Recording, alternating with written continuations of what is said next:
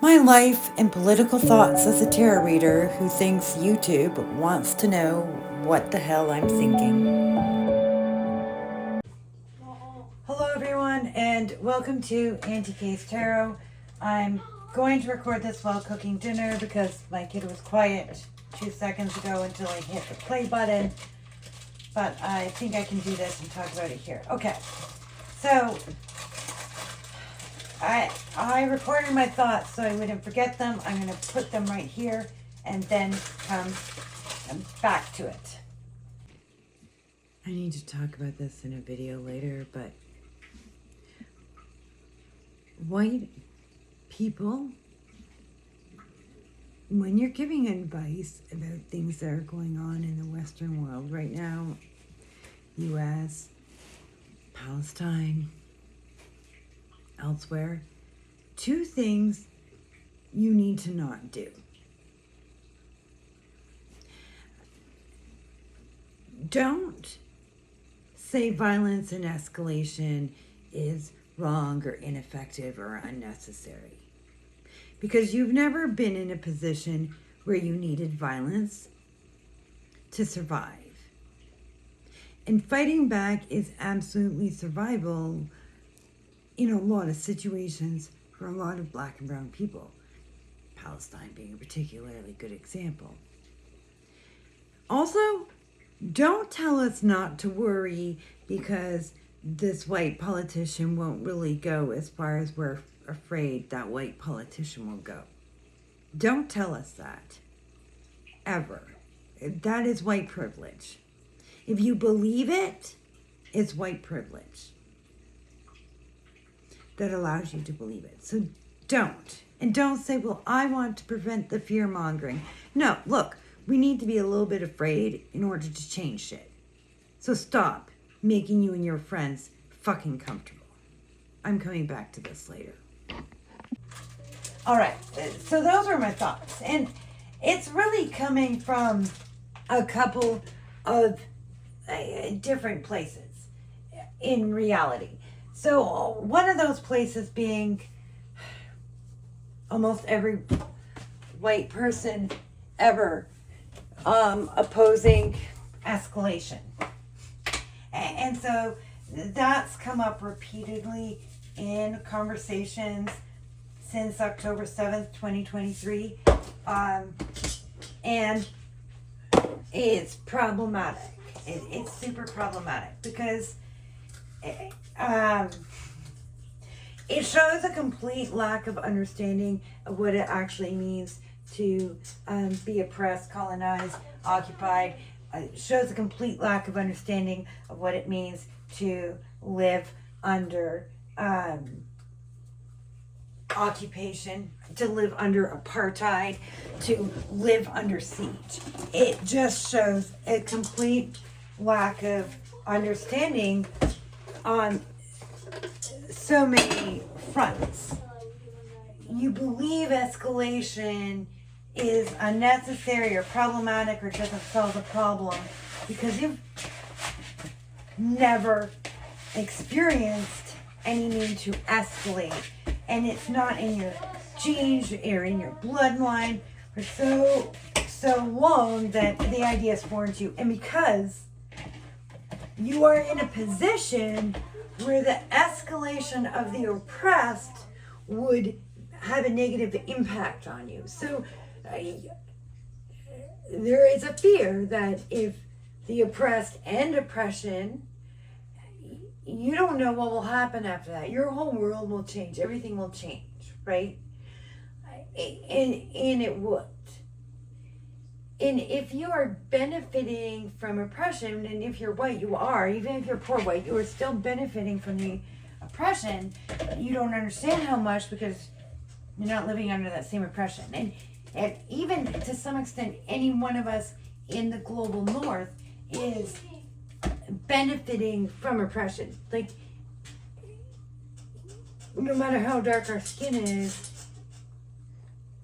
we are benefiting from the oppression of the global south if we live in the global north. Some exception to that might be coming back to the United States because Your skin color is going to get you deported out of the global north. Or thrown in a concentration camp. So that's that caveat there. Before the rest of us whose countries haven't gone to that full level of fascism yet, yeah, we're also still benefiting. And so our fear of escalation is that the world will change and the benefits we have are going to disappear. Well, here's a little news flash for you.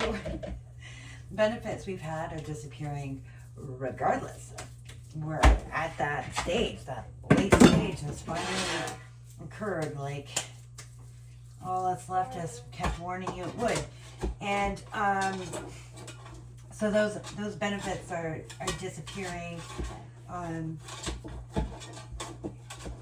They will be gone shortly.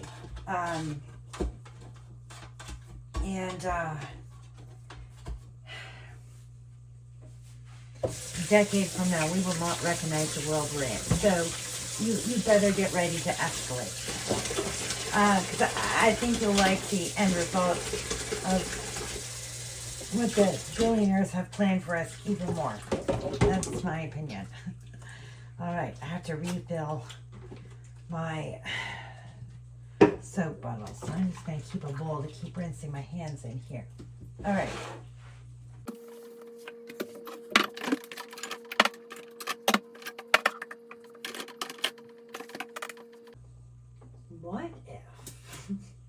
What if I make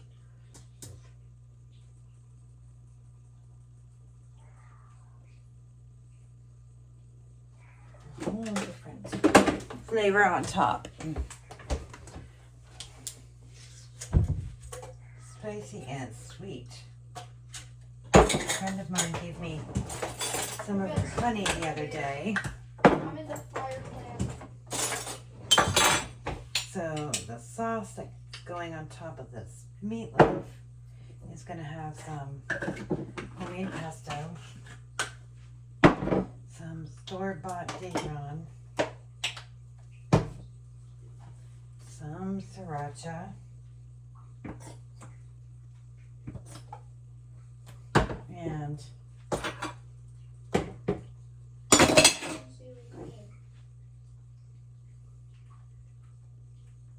honey. Vince, what clan did you choose?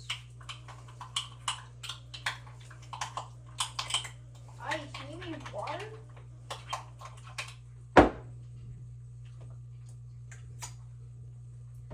More honey.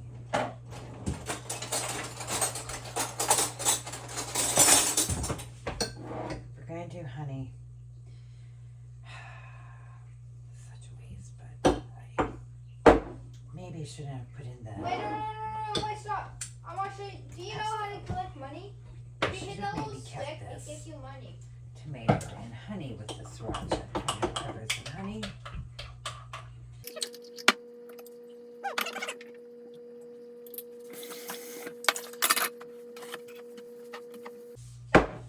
You would not win in a fight against me, buddy.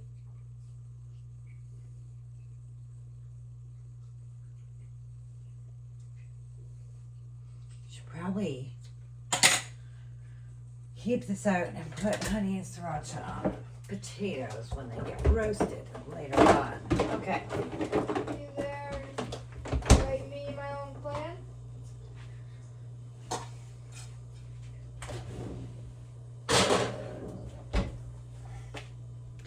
Hang on a minute.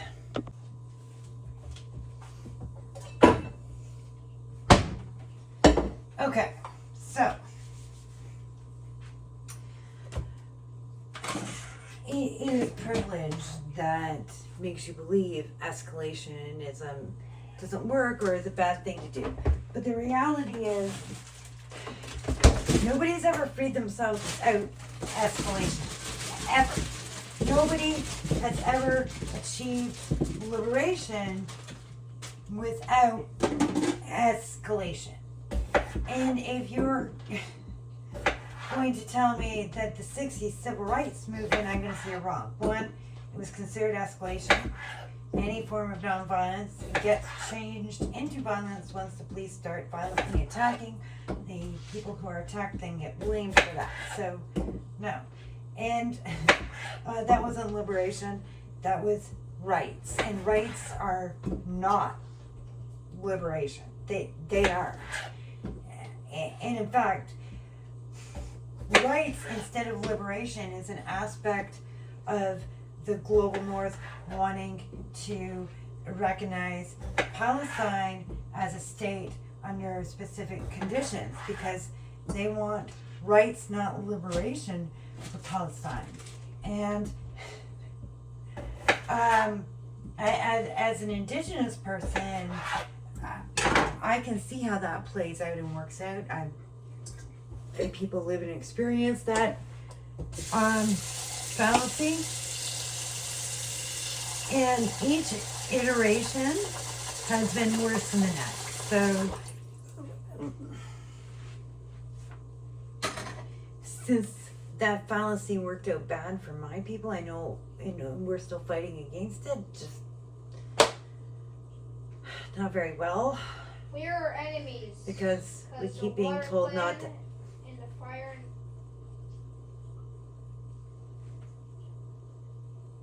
But not very well, because we keep being told not to escalate, and unfortunately we've started to believe white people when they say that, because most of us were raised by white people. It's just a problem. When we agree, when us indigenous folks agree with you, it's problematic. We're only agreeing with you because we were raised to agree with you. The Fire Nation, the Water Nation, the enemy. Yeah, so we are enemies.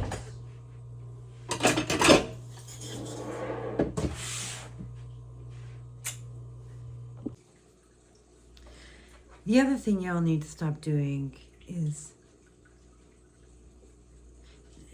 telling us not to worry. I also want to complain about another thing. Oh, I'm going to throw this in. You also all need to stop playing it safe. And this goes to the don't escalate and the don't worry comments that come primarily from white content creators. And just white people in general conversation with others on an everyday basis. Stop playing it safe. So there's a Canadian content creator, Steve Boots, and he can't understand, or yeah, it's because he's quite pleased with how everybody seems to enjoy his channel, whether they're right or they're left leaning. It's because he's not a lefty like he thinks he is. He's a centrist. Anyway, so the very centrist thing Steve Boots did recently that annoyed me was when he was talking about the Air Canada flight attendant strike and how they ignored the use of the 107 clause in the labor code. When they defied that because it is a shitty way to force people back to work and take away their right to strike. So the union ignored it, and the flight attendants remained on strike despite being ordered back to work in order to protect the right to strike for everybody. And Steve Boots, when he made his video on it, he made a disclaimer to play it safe, so it didn't come across like he was, encouraging people to break the law. Like, that is super fucking white and problematic. Super fucking white and problematic. Okay, so stop playing it safe. That includes stop telling us not to worry, just so you feel more comfortable.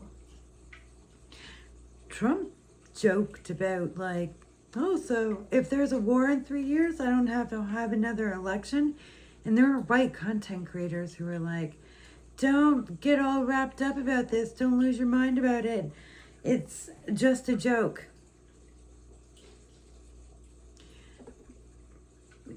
Trump's other jokes are proving to be pretty dangerous for people. So I think saying that we shouldn't take him seriously because he said lots of things he's never done or lived up to. That's not okay. Almost every politician has made promises they haven't lived up to. The scary thing is that he has made jokes he has lived up to.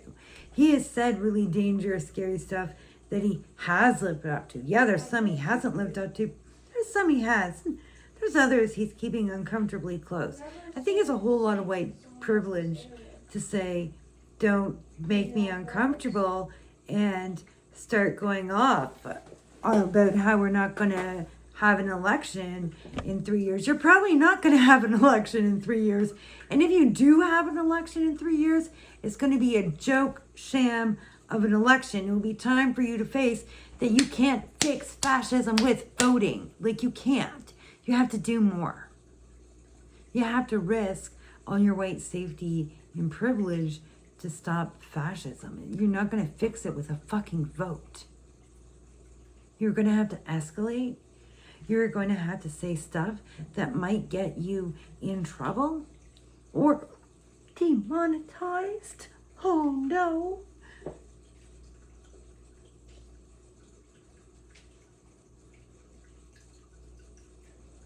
And you're going to have to face the fact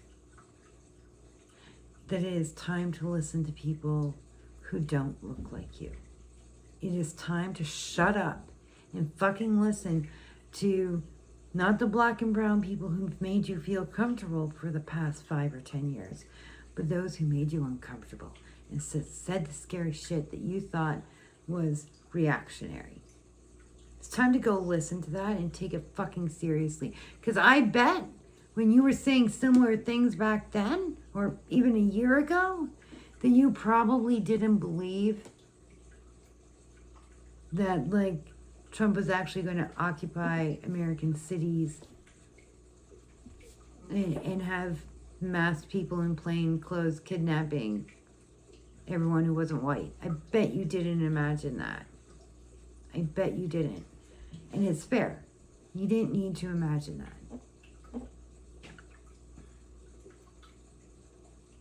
No. This takes me back to my tarot reading when all the white tarot readers were saying Kamala Harris was going to win. And I said, I don't know who's going to win, but all the rules are going to change. They're all going to be broken. That's the truth. It really doesn't matter who's going to win anymore. You know, America was coming down this path no matter what. And as a settler colony built on racist, oppressive ideology, fascism was the outcome, regardless. So buckle up, everyone else. You're going to be choosing sides, but what you need to be prepared for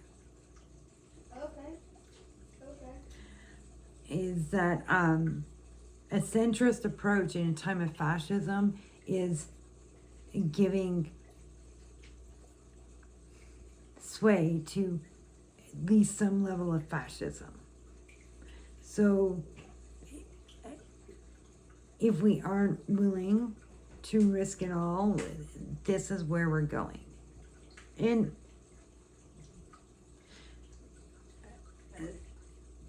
we need to change this world. We cannot uphold the status quo. We need to change this world drastically. Borders need to change, as in the settler colonies need to fall. They need to fall. You sure you want to miss And all those of us who live in those settler colonies, either because we actually fucking belong here, or because you're a settler, or because you were displaced by the settlers' colonialism, either through slavery or colonial immigration later. Yeah. The worlds we know need to change, because whatever is coming if they remain is worse. And I am so tired of people being like, well, what would land back look like? Better than this, you dumbass. Better than this. Like, that's so arrogant. You've brought us to the brink of fascism, or into fascism, actually more than once. You've brought slavery and genocide, and you want to make sure our ideals will be utopian enough for you? No. No. So, things need to change. And white content creators, if you're all going to keep having a voice, do better. Do better.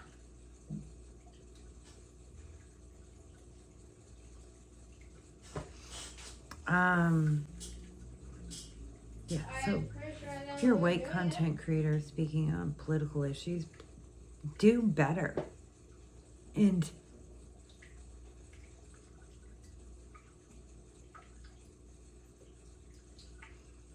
start listening to the black and brown voices that make you the most uncomfortable.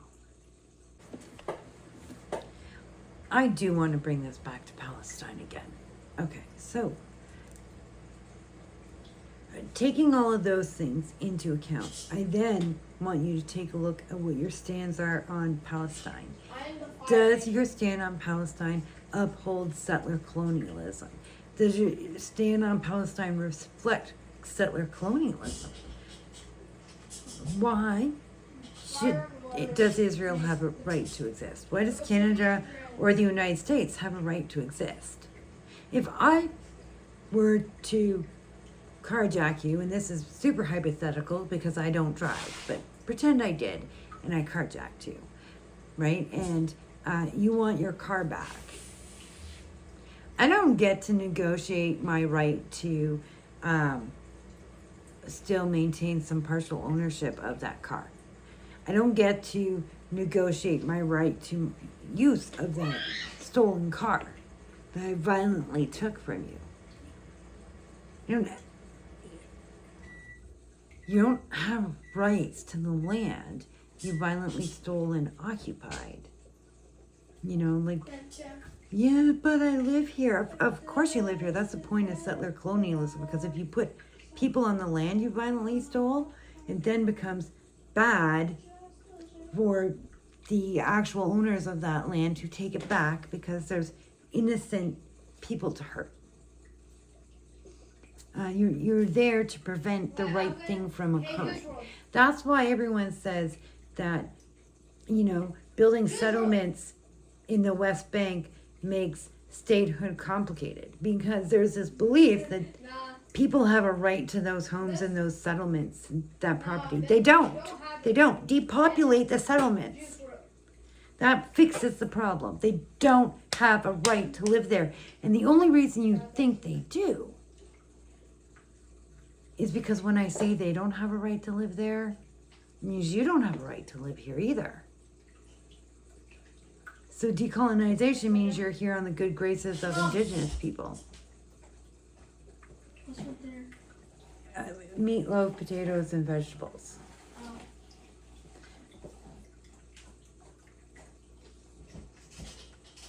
And everyone says we're not supposed to say that about land back. And for years, there's been indigenous folks. And again, like I said, most of us were raised by white people. We're taught to have white allies saying land back doesn't mean kicking you out. Okay, it doesn't mean kicking you out, but there's no reason it should mean you actually get to keep your homes or your land or any ownership of it. And that's up for grabs how that works out, actually. It's up for grabs how it works out and shakes out. I don't think it's fair of us to make promises about that, considering how things are going down. And we were taught to believe that. Every indigenous person in this country, if they weren't raised by white people, their parents or grandparents were, because residential schools and then the scoop. The only reason some of us believe that it shouldn't mean all land back, it shouldn't disadvantage citizens, settlers, is because we were raised by settlers who don't want us to believe that we should actually fully take it all back.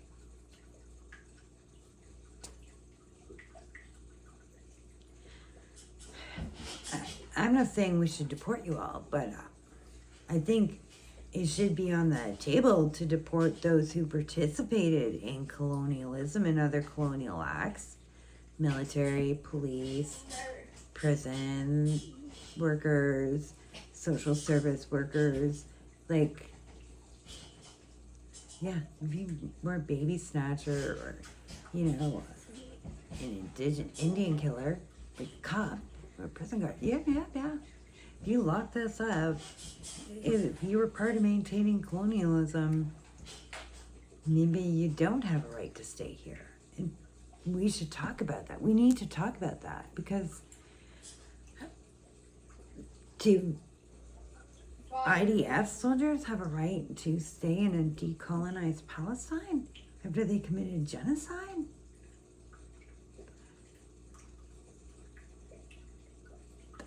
I don't think they should. And that's pretty much like the whole country. So, have more complicated conversations. Ask yourself, is my belief and how things should be actually moral? Or does it protect settler colonialism? And put it through like some of the things you contextualize as common sense laws, like things like theft, murder. Put it through those lenses. Put what we're talking about through those more individual lenses. Genocide is murder, like murdering whole families, whole communities sometimes. Colonialism is theft of land, property, homes. Like, put it through the individual lens and then ask yourself, like, is my opinion on two states, like, is it just settler colonial opinion? Is it just because I'm white? Because it probably is. Because real freedom means that Palestinians have a right to defend themselves. It means Palestinians have sole right to choose what kind of governance and structure and state they want to have. It means they should get to have all of their land back. It means they get to have any political party they want. It means they get to defend and protect all of their borders from being genocided again and invaded again. Like, they get to prevent further invasion. You think you have that right, even though you're an occupier. So, like, examine all those things carefully. And then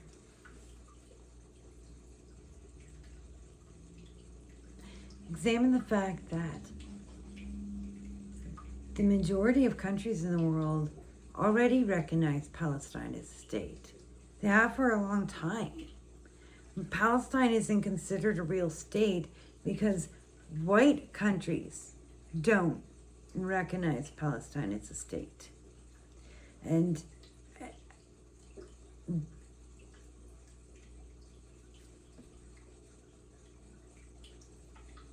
that's really apparently the recognition that's going to matter, unless something changes. How do we change that power imbalance in a world where the majority of the world's countries can feel one way, but it doesn't actually happen until a couple of white countries make a decision about how it's going to be? How are we going to change that?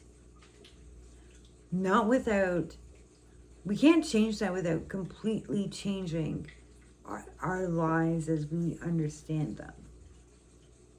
And we have to unpack how individualistic we have all become if we believe that not wanting to sacrifice the lives we have in order to have a fair and just world is an acceptable response. It's only an acceptable response because in the global north, under capitalism that the global north invented, well, it also invented the global north because Wrong nation. the the western half of the North, it certainly wasn't white, till they made it white through genocide.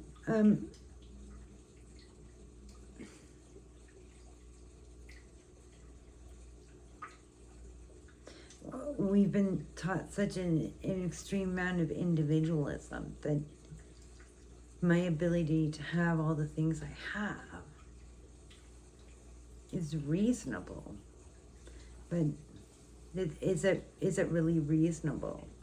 And understand that that's what the millionaires and billionaires think. And yeah, you all who are done being mad at the millionaires aren't just mad at the billionaires. I'm mad at both of them still, and you should be too.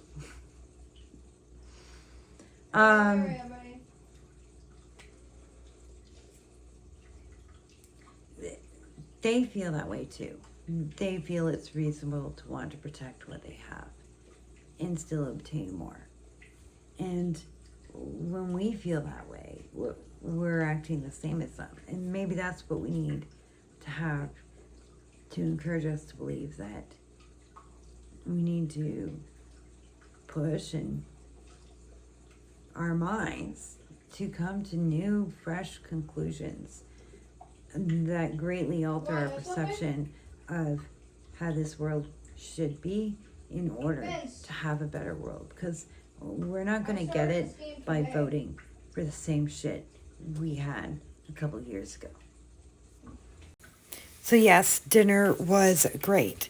But what I really want to share is my friend Mohammed, who I have interviewed on here. You might have remembered it from Islam and Anarchism. It's a 3-part, 4-hour interview.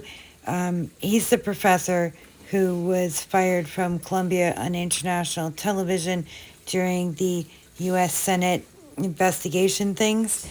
So he has a Substack, and it's pretty great. And he is also going to be running an academic class outside of institutional academia that you are going to be able to sign up for. So go check out his Substack, read it. He's poetic, beautiful writer, really deep, thought-provoking ideas. And dig around through his social medias and take a look. Keep following him. And if you want to learn more and learn to dream about a future that is beyond anything you've imagined under settler colonialism, then definitely sign up for his course.